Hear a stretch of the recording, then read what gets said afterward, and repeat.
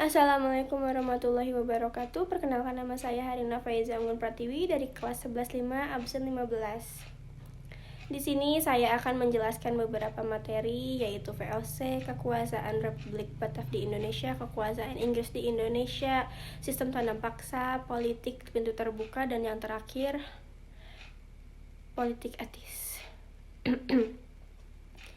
Pertama, saya akan menjelaskan materi VOC terlebih dahulu. Jadi, VOC atau Verenigde Oost-Indische Compagnie yang dalam bahasa Inggris dikenal sebagai Dutch East India Company adalah sebuah perusahaan dagang yang bersejarah dan memiliki pengaruh besar dalam perkembangan ekonomi dan politik Belanda pada abad ke-17 hingga abad ke-18. Awal mula VOC didirikan pada tahun 1602 oleh pemerintah Belanda dengan tujuan menguasai dan memperdagangkan rempah-rempah yang berlimpah di wilayah Asia Tenggara, khususnya di wilayah Indonesia modern. Pada saat itu, rempah-rempah seperti cengkeh, kayu manis, dan lada sangat berharga dan menjadi komoditas yang sangat dicari di pasar Eropa. VOC didukung oleh investasi pemerintah Belanda dan memiliki monopoli de facto dalam perdagangan rempah-rempah di wilayah tersebut.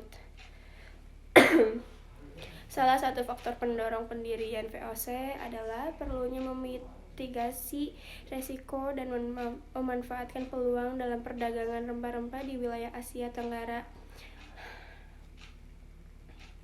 Rempah-rempah seperti cengkeh, kayu manis, dan lada adalah komoditas yang sangat dicari di pasar Eropa, tetapi sulit diperoleh dan diangkut dari wilayah-wilayah jauh di Asia Tenggara. VOC didirikan sebagai jawaban terhadap tantangan ini dan untuk mengamankan monopoli perdagangan rempah-rempah di wilayah tersebut. Materi yang kedua yaitu ada kekuasaan Republik Batak di Indonesia. Jadi pada tahun 1795, Prancis memimpin sekelompok patriot untuk menjadikan Indonesia sebagai koloni Inggris yang mengarah pada terbentuknya Republik Batak. Hal ini berujung pada terbentuknya pemerintahan baru yang dipimpin oleh Louis Napoleon yang mempengaruhi kondisi politik di Indonesia. Pemerintah baru yang dipimpin oleh Herman Willem Daendels bertugas untuk merebut kembali tanah Belanda dari Inggris dengan tujuan menjadikan masyarakat Indonesia lebih dinamis dan produktif. Kebijakan Daendels berfokus pada kebijakan tradisional dan sosial, dengan beberapa tindakan seperti penerapan garis pantai sepanjang 1.100 km dan pembentukan otoritas permukaan laut. Daendels juga menerapkan langkah-langkah untuk meningkatkan status perekonomian negara, seperti pembentukan otoritas permukaan laut. Hal ini menyebabkan berdirinya Republik Batak yang kemudian berganti nama menjadi Republik Batak. Republik Batak adalah kekuatan politik dan ekonomi yang signifikan di Indonesia, dengan berbagai tindakan diambil dalam mempertahankan pengaruhnya sepanjang sejarahnya.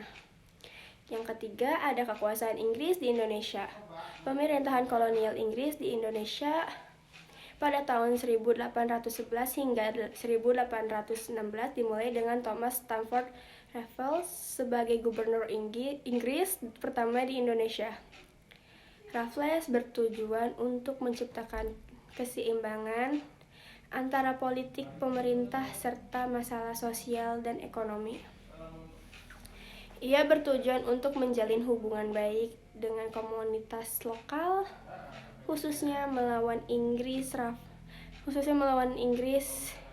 Raffles juga berupaya menetapkan menetapkan sistem sewa tanah, yaitu suatu bentuk kepemilikan tanah yang didasarkan pada asas keadilan.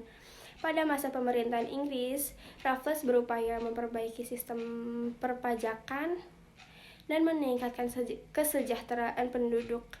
Ia bertujuan untuk membentuk unit pemerintahan untuk mengatur tindakan pemerintah yang lebih efisien dan bermanfaat bagi masyarakat. Namun pemerintah Inggris menghadapi tantangan seperti lemahnya kendali pemerintah dan semakin banyaknya penduduk yang dipengaruhi oleh Inggris. Kesimpulannya yaitu pemerintah kolonial Inggris di Indonesia pada tahun 1811 hingga 1816 memberikan dampak positif bagi negara dengan upaya Raffles dalam membangun keseimbangan antara politik dan ekonomi. Yang keempat yaitu tanam paksa. Pemerintahan Belanda di Indonesia dipengaruhi oleh sistem perpajakan dan sistem perdagangan. Pada awal abad ke-20, pemerintah Belanda berupaya memperbaiki sistem perpajakan untuk meningkatkan perekonomian negara. Dan pada tahun 1829, Perdana Menteri Belanda Johannes van den Bosch mengusulkan agar perpajakan diterapkan pada perekonomian negara dengan fokus pada pendapatan orang kaya. Sistem ini kemudian diadopsi sebagai sistem peradilan pemerintah di Indonesia pada tahun 1834. Pemerintah Belanda mengeluarkan undang-undang yang mewajibkan orang kaya membayar sebagian pendapatannya kepada pemerintah untuk dikenakan pajak. Hal ini merupakan langkah signifikan menuju pengembangan sistem perpajakan. Namun sistem perpajakan tidak seefektif yang seharusnya karena tingginya tarif pajak. Filosofi politik pemerintah Belanda terbagi antara pendekatan liberal dan konservatif. Pada tahun 1860, dua faksi berperang melawan sistem perpajakan, Partai Liberal dan Partai Konservatif. Kedua faksi tersebut dipengaruhi oleh sistem perpajakan Belanda, dan faksi pertama lebih kritis terhadap sistem perpajakan Belanda.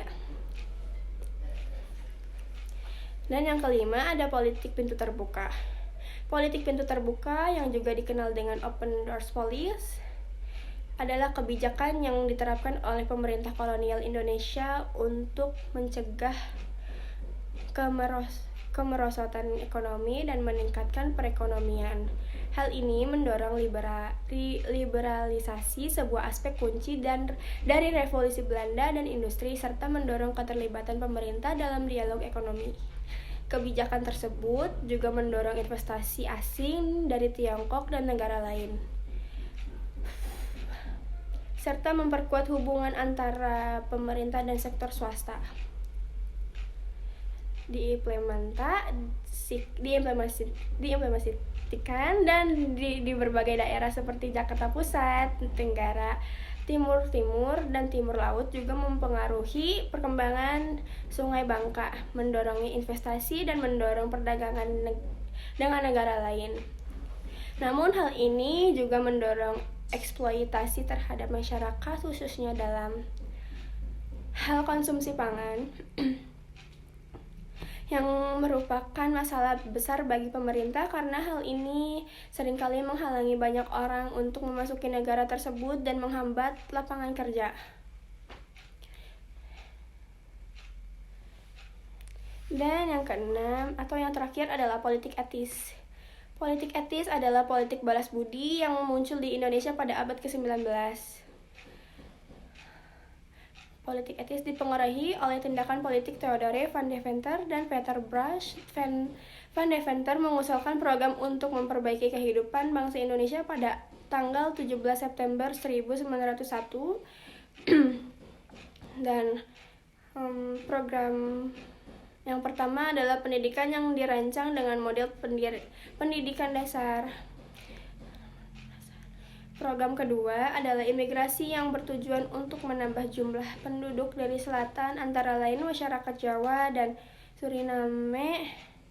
Program ketiga adalah pendidikan gratis yang bertujuan untuk menyediakan lapangan kerja dan mengurangi diskriminasi dalam pendidikan. Dan program keempat adalah pendidikan untuk masyarakat umum. Meliputi sekolah untuk anak remaja, dan dewasa.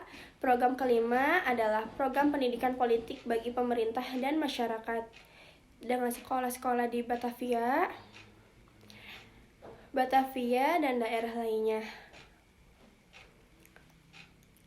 Dan program keenam adalah program pendidikan politik bagi masyarakat luas yang bertujuan untuk meningkatkan kekuasaan dan hak negara. Sekian dari saya, mohon maaf bila ada kesalahan dan kekurangannya. Wassalamualaikum warahmatullahi wabarakatuh.